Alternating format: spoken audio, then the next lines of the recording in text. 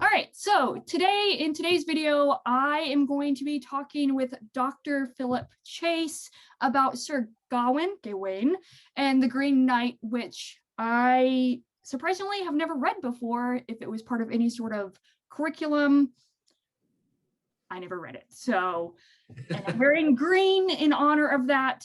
So with that, I will go ahead and allow Dr. Philip Chase to introduce himself, even though I'm sure you all know who he is.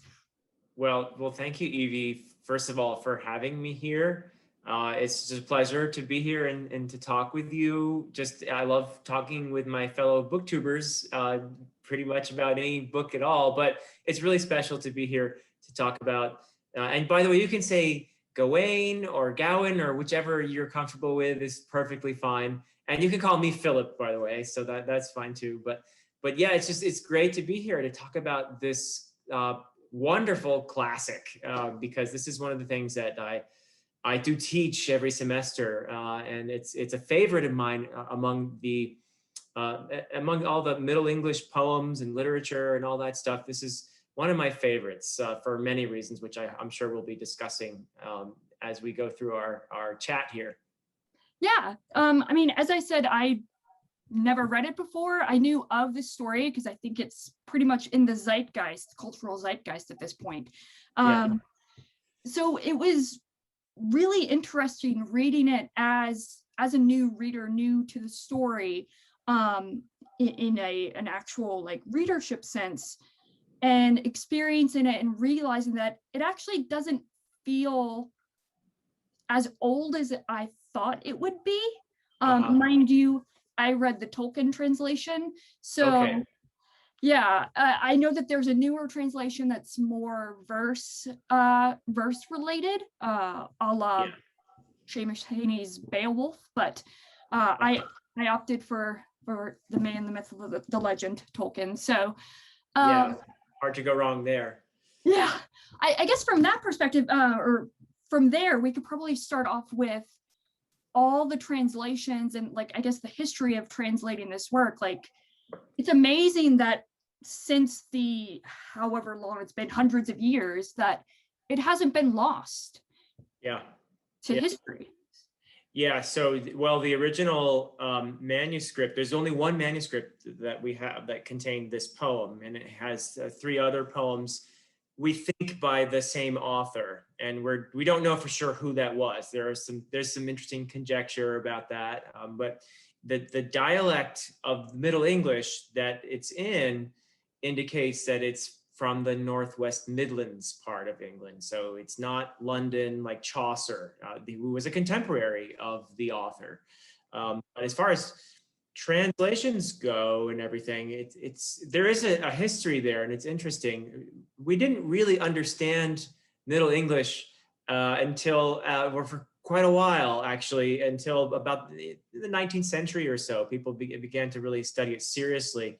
There was a period there when even they would look at Chaucer's work and they would think, wow, this guy, he could write some interesting things, but boy, that seems like very crude. Because we didn't understand how Middle English was pronounced. We didn't understand, we had lost the sense of the meter and everything else. So, but there are some great translations, Tolkien's among them. The one that I use is by Marie Boroff, and the one I use when I teach it. And you do have to do this one for most people in a modern translation, because it is, the Middle English dialect is very difficult. As I said, it's not a central dialect. So unlike Chaucer's, where you could actually read the Canterbury Tales in Middle English, and it would take you, a few weeks if you were serious about it, but you would get used to it. But dialect is just so different from the Chaucer's dialect, the London dialect that had a stronger impact on the development of the language. So it's much easier to teach it in a translation. But Marie Boroff's is great because she does a great job of preserving the sense of the meter, and she gets a lot of the alliteration in there, which I know Tolkien does too. But yeah, it's really cool to have it there as meter, because she gives each stanza ends with the bob and the wheel, which is kind of fun. It's kind of bouncy at the end of each stanza. I really do like her translation a lot. It's from 1967, which is a little old in a way, but it stands the test of time really well. And I think it gives a good sense, I believe, of the original as far as a translation can do. Nice. Yeah, I will have to check that out because it's a quick read. Like I read it a couple of times over just to make sure I didn't miss anything, which I'm sure I still did. But the terrible segue here. But the thing that I was most struck by in regards to the translation, specifically Tolkien's, is the use of Middle Earth. And I tried to look up the original just to see, well, what's the correlation there? And I didn't see like anything. I think it's moldy, I think was the original word. So I was struck by maybe a very direct inspiration there. Well, I'd love to talk about that for a bit. I mean, we'll talk about all kinds of stuff here. So, but Middle Earth is a thing that Tolkien got from both Old English and Old Norse. So Old English goes back further than this. This is Middle English. So Old English being from roughly, the 400s or so, when those pagan Germanic tribes came over and started to push back the native Celtic Britons, who had been protected by the Roman Empire, but the Roman Empire was collapsing and they had withdrawn from the British Isles, the parts that they had occupied. So, but anyway, so Old English is roughly from that period until about 1100 or so, which is a little after the Norman conquest. And then we talk about Middle English from 1100 to 1500. And then it's modern English, believe it or not. So Shakespeare's English is modern English. A lot of people call it Old English. It's really early modern English. So anyway, back to the term Middle Earth. So it goes back to Old English. In Old English, you come across the word Midanjard, which is an exact cognate of the Old Norse Midgard. When most people have heard a little bit about Norse mythology, have heard of the Midgard serpent and the different worlds, the 9 worlds that exist on the ash tree Yggdrasil. So this is an old term for the realm where the humans live. So Midgard or Midanjard in Old English is simply where the humans are. And Tolkien took that and basically made it his created world, if you will. So he took that out of mythology. And I think partly because he really wanted to have a mythology based on kind of Old English and that sort of thing. So that's where that comes from as far as Tolkien. And he probably just used the word while he was translating this as well, because he liked it. But. Oh, nice. Yeah, I was struck also by, from a writing perspective and a narrative perspective, the inclusion and the self-reference of the I within the text. And for me, as a newbie, as it were, that just really struck me as a nod to the oral tradition of the time, because at that point, the printing press was a few hundred years away. So it was interesting. There were multiple iterations of that, and I was wondering, it's obviously the Gawain poet referencing themselves, but also a more wider I. I'm assuming there's a reference to whoever is listening to or reading the text would know references within deeper references within the text, if that makes sense. Yeah, absolutely. So this is a great topic to talk about, actually, because Sir Gawain and the Green Knight it's part of a very long tradition. And some of that goes way, way back. There's some very interesting pagan elements in there, such as the Green Knight, who is very reminiscent of a figure most often referred to as the Green Man, who is a fertility figure. He goes back to pagan myth way, way back. And you can even see depictions of this Green Man in little corners of cathedrals and things like that in the British Isles. But He goes way back, and he's kind of a fertility figure, and it's actually an interesting thing because he's often sacrificed in order to bring about the revival of the spring. So from the dead of winter to the new life that comes in spring, very much tied to the idea of cycles and greenness and life and all of that. So, and he goes way back. And it's interesting because obviously Sir Gawain the Green Knight is part of a long tradition of Arthurian legend. And when we talk about that, then there's just a long, complex history there. But it really goes back to these Celts that I talked about earlier, the British Celts who resisted the Anglo-Saxon invaders for a period. And there may or may not have been some kind of war leader who had some success for a period against these Germanic pagan invaders. Whatever the case, there are references to this person by a monk named Gildas in the 6th century, who was a Welsh monk. But he doesn't mention Arthur by name. He just mentions a series of battles that stemmed the tide of the Anglo-Saxon invasion for a while. And then later, a later monk, possibly a fellow named Nennius in the early 9th century, refers to Arthur by name and associates him with these battles. In the meantime, though, there are these native Welsh or British Celtic poems that were being sung by the bards. There's oral tradition, and this tradition. We have very few written manuscripts. There's one really cool poem called Godolphin in Welsh, and it tells the story of a battle during which the Welsh or British resistance is fighting against the invaders. And there's also some Arthurian references to a collection of Welsh stories called, these days it's called the Mabinogion, which is, if you want to learn about, Welsh Celtic myth and lore, the Mabinogion is the first place to go, really. But there are some really interesting Arthurian stories in there, and they have a very different feel from the standard Arthurian stories that have been influenced by the French, because that's what happened. There's a chap named Etienne de Poix. Yeah, exactly. Yeah. So this guy named Geoffrey of Monmouth, who might have been Welsh, we're not sure, but he was born in a part of Wales. It's now called Monmouth. But he wrote this story called The History of the Kings of Britain. And most of it is about Arthur. And he tells us that he got it from these native bards, these Celtic bards.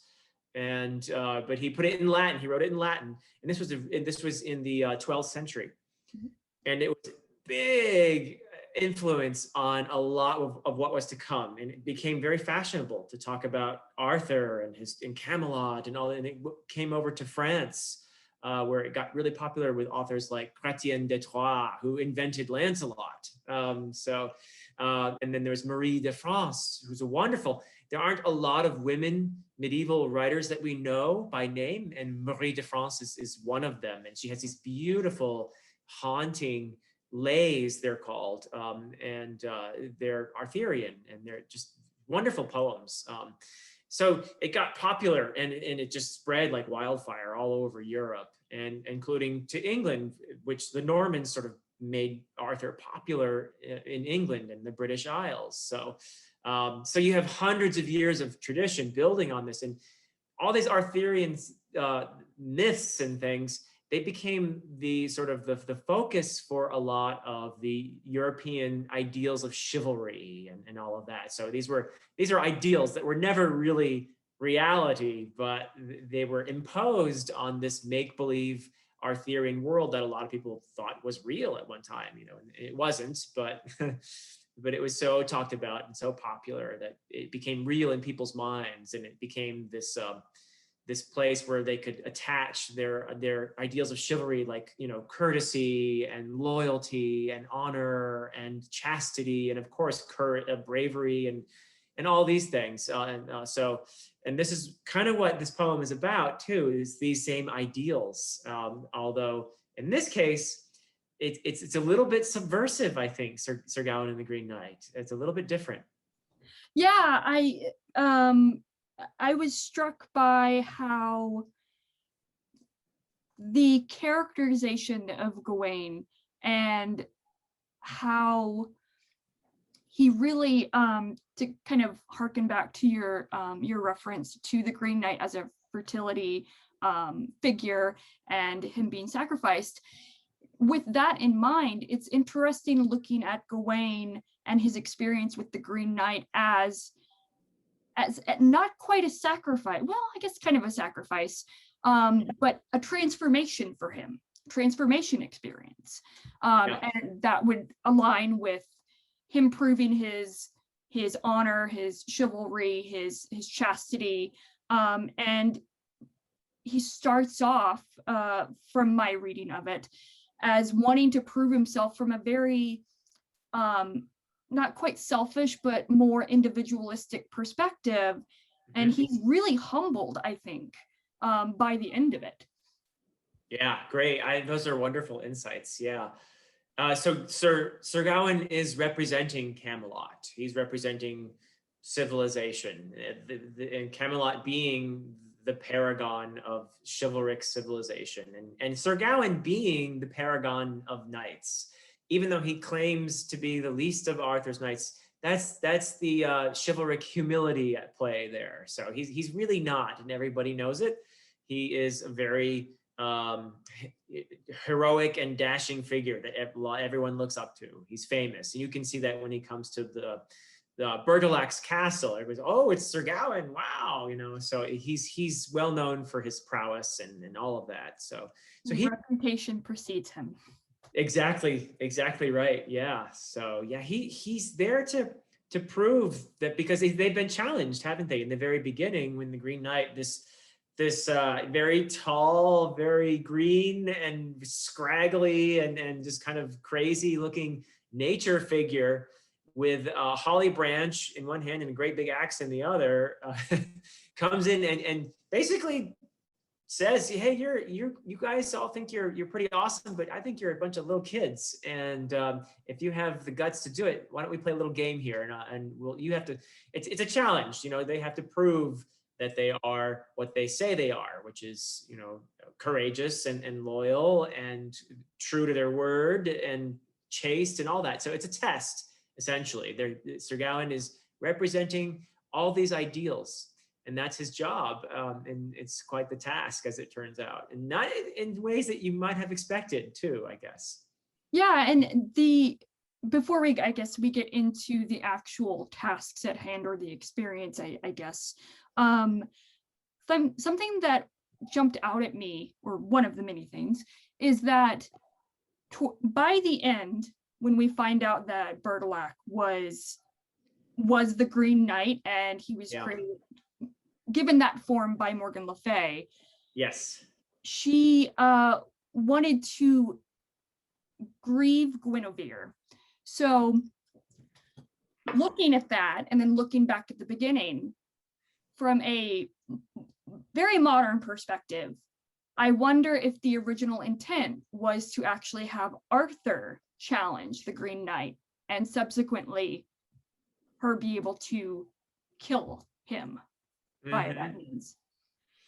Yeah, Arthur initially is going to get up, and because no one else is doing it, he has to defend the honor of Camelot. But Sir Gawain sees his uncle and kind of, I think, somewhat reluctantly intervenes, and he ends up taking on this challenge, which is, everyone's pretty astounded when he chops off the Green Knight's head, and instead of, you know, just dying, of course, blood splatters everywhere, and people scream, and it's pretty kind of comical, really, because there's great comedy in this poem. Yeah. But he picks up his head and he says, okay, see you in a year. And so that's that's what Sir Gawain has to do. And of course, he's terrified. But yeah, so Arthur is a target, even though he's not the one who undertakes the journey. He's still a target, in the sense that Morgan Le Fay's purpose is to show that they're not all they say they are, that there are cracks in this perfect facade, that you all claim to be such great knights who with these high ideals, but in fact, you're a bunch of flawed people. You're a bunch of flawed human beings. And I love that in a way. I do think that the poem is quietly subversive. And I don't think that we can just dismiss Morgan Le Fay, even though she doesn't get much, she doesn't speak for herself really ever in the poem. She's kind of looming in the background. She appears as the old crone at a certain points. And some people think actually she might even be the lady of the castle as well, that she has two faces. So that's a theory that some people, speculate about. But regardless, she's pulling the strings the whole time. She's in charge, really. She has Sir Gawain at her mercy, and she's using this Bertilac / the Green Knight to impose this test. So it's interesting to me to have a woman. Now, this is in a way very subversive, isn't it? And there's some great feminist analyses of this poem. And women play a big role here, obviously. Morgan Le Fay is pulling the strings, and she is a subversive figure. She uses magic, which is forbidden. She's a witch, right? And so she's counter to all that is civilized and what is proper and everything else. So, and then there's the lady of the castle who is very seductive and is obviously not, in a patriarchal culture, women are supposed to be submissive and chaste and et cetera, and all of this. And men attempt under patriarchy to control women's sexuality. And so this woman, this lady of the castle, she's a threat as well. It's interesting too that there's one other woman who is around the whole time, and Gawain is carrying her around with him. It's the Virgin Mary on the inside of his shield. And the cult of the Virgin Mary was a very, very big deal at this point in the Middle Ages, in the High Middle Ages. So that's also interesting, I think. Yeah, that was one of the notes that I wrote down, is the juxtaposition of not just within the depictions of women within the story, but in general, the juxtaposition of Christendom and paganism and women's sexuality versus chastity. And for me, I think there was a more physical representation of that juxtaposition with Guinevere and the lady of the castle. And again, if whether she's Morgan Le Fay or not, I thought that was really interesting. And especially, even though she is his aunt, I think, right? There seems to be this desire from Gawain for Guinevere, whether you want to see it as sexual or just desire to please her and honor her and, make her proud in a way. I thought that was very interesting. Yeah, it's one of those facets of chivalry that it's still a patriarchal culture, mind you, but it's interesting how the female, particularly the noble female figure, becomes this kind of unattainable figure that is, you devote yourself in worship to, and you do great deeds in her name and that sort of thing. It's a big component of chivalry. And technically she's supposed to be inaccessible. And there are all kinds of very interesting studies of how this came about and how you had, a lord of a castle who had of course, noble women were usually married off in order to produce heirs and that sort of thing. But so there might not have been a lot of love between the lord and the lady, and you had all these young knights hanging around as well, who are part of the lord's retinue, and they're all supposed to worship this woman without. I mean, it's kind of weird because it sounds very sexual a lot of the time, but it's not supposed to be. So yeah, that's kind of how it was. But the relationship between Arthur and Guinevere reflects all of this, and Lancelot comes into this as well. So here you have Lord and Lady, King and Queen, and there's not, famously, it's not a happy marriage. And Lancelot becomes, not in this story, but in Arthurian lore in general, he becomes Guinevere's lover. And that is the seed that brings about the destruction of Camelot, in fact. So, but that's not treated so much in this story. Yeah. The looking at my notes here, sorry. No problem. Yeah, so to switch gears away from that, Uh-huh. there, I noticed the emphasis on depictions of just the what do you call it? Maybe the pomp, I guess, and the just ceremony of Yeah. Gawain putting on armor and getting ready.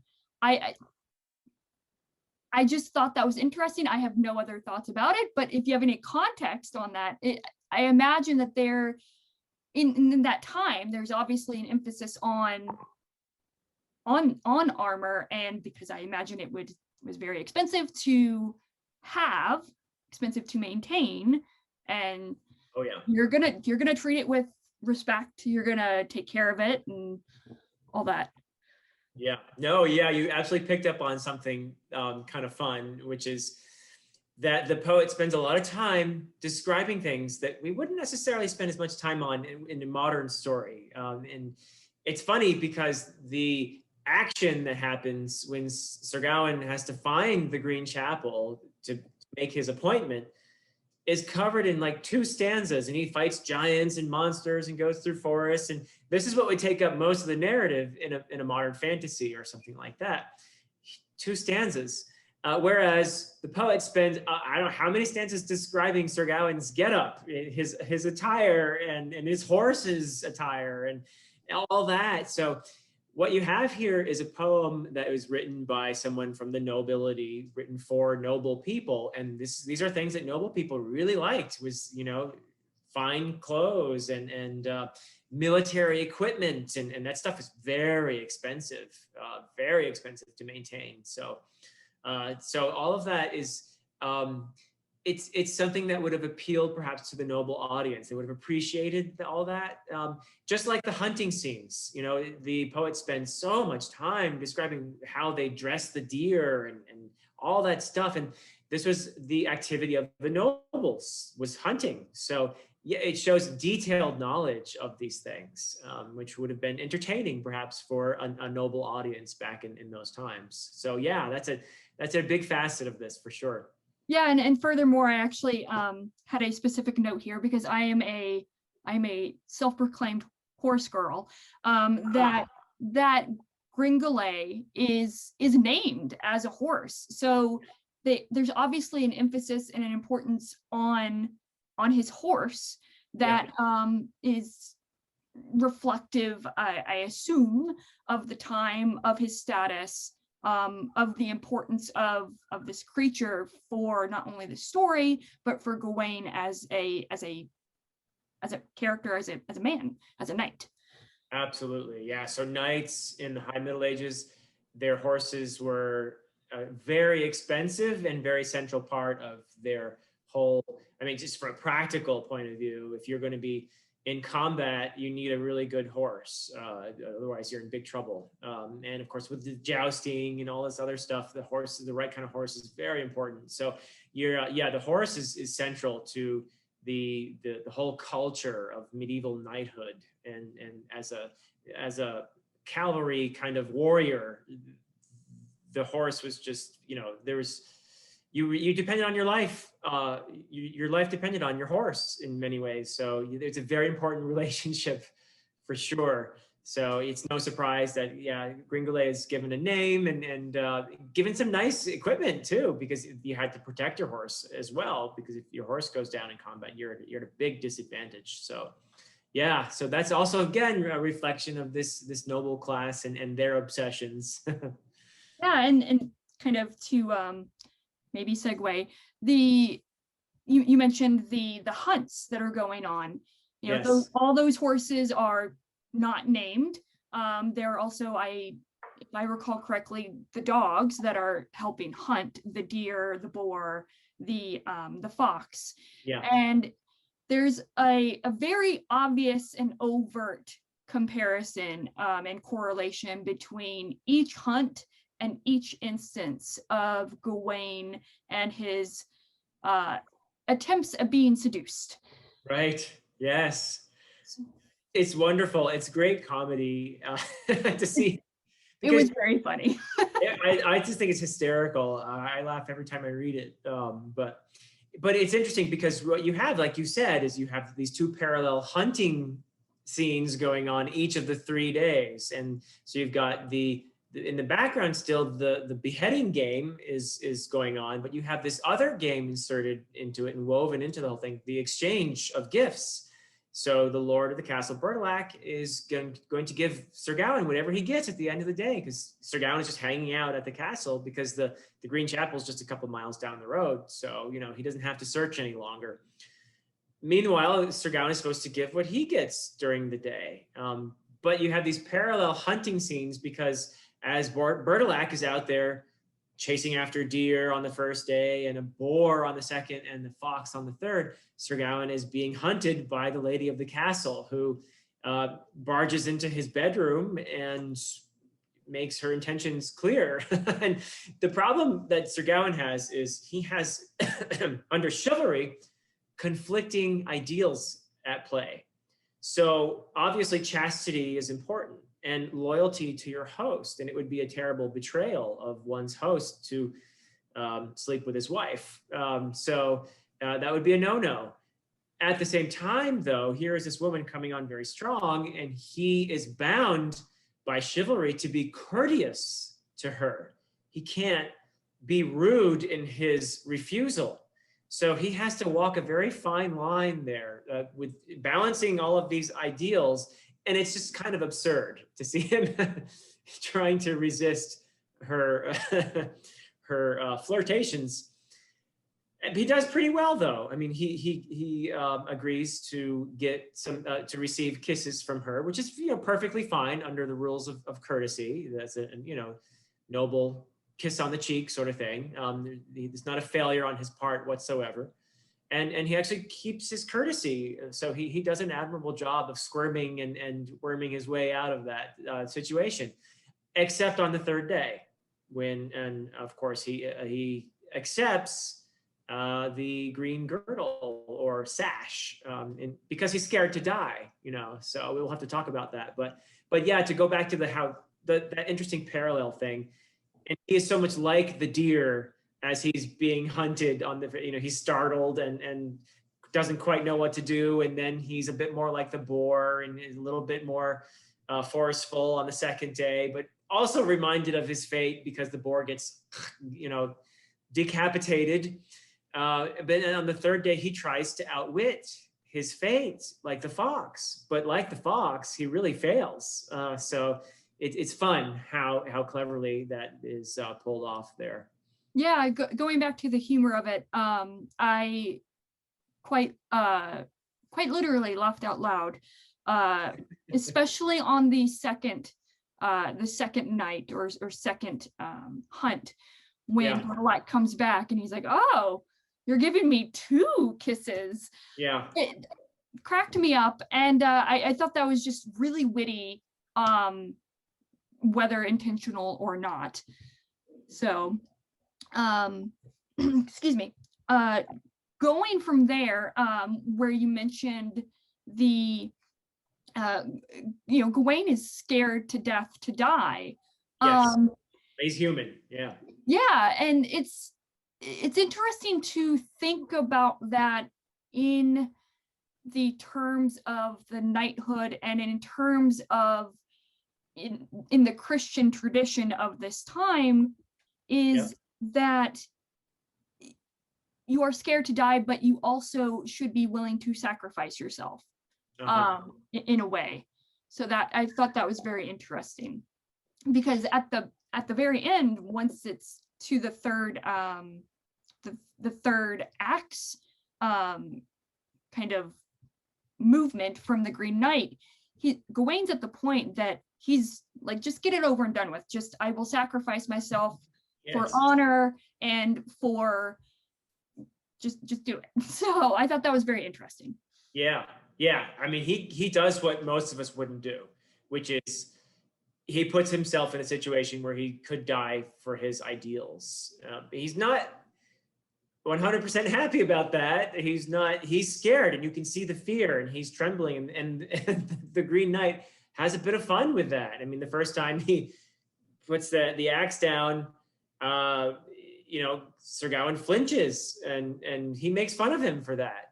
And then the second time as well, and the third time he gives him the little nick, which is a symbol of his failure, because he doesn't abide by the agreement. He doesn't keep his truth, his troth, by holding the girdle, the green sash, because he thinks it's going to save his life. So he didn't 100% live up to his ideals. But who does? Who can? Right? It's a very, I think, a very humanist kind of message there at the end, in spite of all this about, like you say, like faith. We can have an interesting conversation about that. How religion is an important thing for many people in terms of helping them to cope with the idea of death. Does that mean that you're not afraid to die? Some people say, no, I'm not afraid because I know I'm going to go to heaven or whatever, But I have a feeling that if we're all going to be completely honest, there's still some fear there about what happens when we die. Absolutely. So even somebody as strong and as dedicated as Sir Gawain is going to have doubts. If you don't have doubts, then I don't guess you can't really have faith at the same time. I think that's sort of a paradox, but it's true. So the poor guy is put in this awful situation and in this really crazy place, which is again going back to all this pagan stuff. It's the antithesis of his religion and everything. It's the Green Chapel is this. It's a barrow. It's an old mound, which, in that part of the world was associated with fairies and monsters and the other world and all that. And so, you're dealing with some magic here. And the Green Knight is not a natural creature, or he's some supernatural, otherworldly thing. So he's thrown into this, and it's scary. And of course, to add to it all, the Green Knight is sharpening his axe and everything to sort of heighten the fear. So it's a fun comical scene, but there's also a really wonderful, I think, warm and very beautiful message in it too, which is, when the Green Knight says, explains everything to Sir Gawain, he does so in a way that's very human. And he says, you did a good job, buddy. It's okay. Now, Sir Gawain's reaction, I think we have to talk about it because it's kind of, I think, his worst moment in the whole poem, when it's revealed that Morgan Le Fay was behind it, and when the lady of the castle was just trying to, it was part of this whole test. Sir Gawain's reaction is a misogynist rant, where it's unfortunately a fairly common feature in medieval times, where it's all women's fault, all the way back to Eve, right?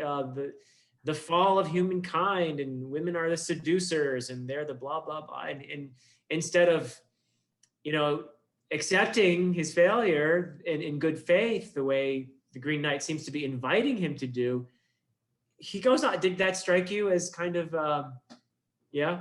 Yeah, it's an interesting, I keep using the word juxtaposition, but it's an interesting correlation between that and the idea that if Morgan Le Fay, as this female being that is, pulling all the strings and making Bertilac, engaging him and say, hey, we're going to do this thing, he kind of departs from that. So there's an interesting kind of correlation, juxtaposition there between the two of them. Yeah. True. And while he's mouthing off about how awful women are, he's got the Virgin Mary on the inside of his shield too, right? And I don't think, at the moment, at least, Sir Gawain can't see the irony in that.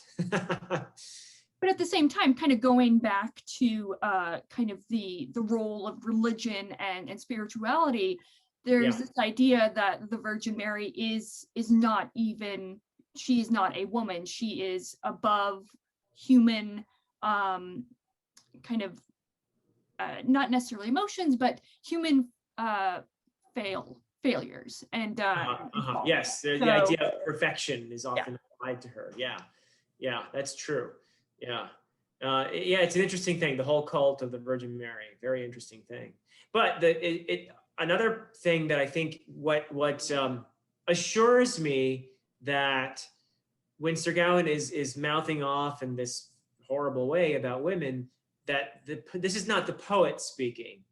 And I think it's almost the poet making fun of this misogynist tradition. And what assures me of that is the reaction of the people of Camelot to Sir Gawain's shame. When he comes back wearing the green sash on his shoulder as a mark of his failure and a mark of his shame, and he confesses all of this to everyone. And they're kind of smiling, saying, hey, you did great. It's not a big deal. And what do? They all decide to wear a green sash in solidarity and as a message to say, I think we're proud of what you did, number one, but number two, we're all human. We have flaws. We're not perfect. We cannot live up to all these ideals, especially since sometimes they conflict with each other. So to be human is to know failure, and that's okay sometimes. Yeah. And I had another note here, I thought. Yeah, I think that was one of the things that I noted was that and maybe this is a good kind of discussion to wrap up, because I'm not sure how much time you have, but the green sash and the impact that it has on his world, and subsequently the impact of this story on literature going forward, influences, or what it influenced, I should say, and stuff like that.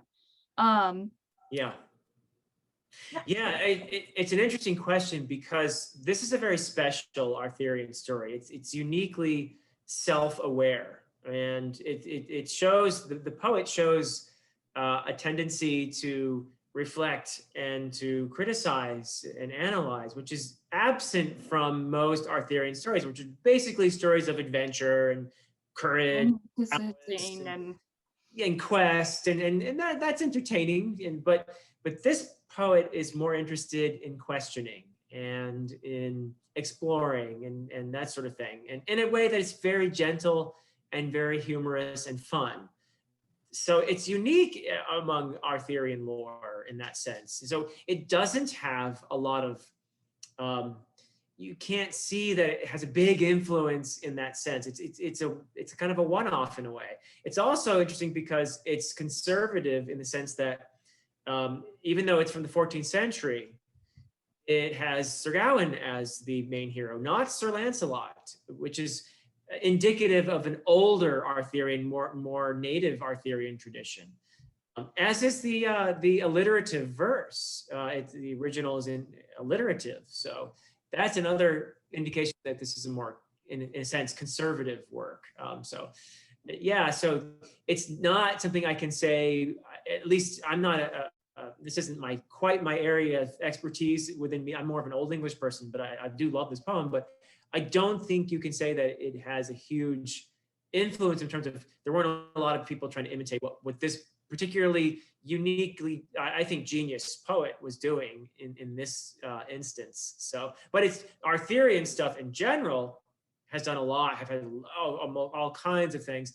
But we are about to be treated to a film that is based on Sir Gawain and the Green Knight, right? The Green Knight, yes? Yes, I'm very excited for it at the end of this month, and I haven't been to a movie theater in since before the pandemic, so. Yeah, same here. So if I go to see this, and it would take something like this to get me out, it'll be, the first time in a long time. But I'm interested to see what they do with the story. And obviously we've both seen the preview at this point, and a friend of mine showed me that there's a clip that's out now of the first, or I can't remember exactly how many minutes it was, but it was a few minutes of a scene where the knight enters Camelot. So it's not the preview; it's just some clip that is out there on the internet. But yeah, that was released. But it looks to me like they might actually be, unlike a lot of films that are made based on books, where it seems like they're just using the famous name in order to sell tickets. I hope that they're going to include some of the themes in the film. It looks interesting to me so far from what I've seen of just the little preview and that little tiny clip. But we'll see. I like the mood of it. The tone seems very fairy-like. So it looks also a little dark. So dark. visually Yeah. dark and just atmospheric wise, it seems that way. But also, Yeah. you know, from a thematic perspective, I mean, just like with any adaptation, there's so much to kind of go at this, go at the adaptation through this story. Yeah. So many ways that you can look at it. So it'll be interesting to see what they do, and how faithful they can be within their lens. Yeah, absolutely. And I'm no stickler for, it doesn't need to be exactly the same as the original by any means. I'm fine with, because it's a different, medium altogether. But I'll be interested to see if they succeed in preserving any of the humor or the subversiveness of the original. That would be interesting if they somehow get that in there too. But we shall see. Maybe we should talk again after we've seen the movie, and we can compare our notes after that. Perhaps that would be fun. Yeah, I was gonna say, maybe hopefully a follow-up video to this, and we can discuss that and see how that goes, and hopefully it's not a total flop of a movie, but we'll see. If it is, we can trash it. So yeah, it's the internet. The internet is for trashing stuff, I guess. So. Yeah. But this has been a lot of fun. Thank you, Evie. I've really enjoyed this a lot. I love talking about this stuff. So, and it's just so much more meaningful to discuss these things with other people than to just try to talk about them by yourself. At least I feel that way. Yeah, I'm totally the same way. I tried to, like we were saying before, like I was saying before we actually started this, I tried to put some structure around this discussion ahead of time, and then I realized, you know what, it's nice to have a natural, organic conversation about these things, and that's what I love about like BookTube. Like, not to turn this into a whole like gush fest about BookTube, but it's really those discussions, meaningful discussions about works. So thank you for enlightening me, giving me context, all that stuff. So thank you. The pleasure is all mine. Thank you so much. Awesome. Again, you probably already are subscribed to Philip's channel, but if you aren't, I will definitely have a link to his channel down below, as well as a video that he did yesterday, a week ago, regarding an overview of the Green Knight. Although if you've watched this video, you pretty much have all the spoilers that you need. So with that, we will see you hopefully later with maybe a movie adaptation comparison. Yeah, sounds like fun. Bye.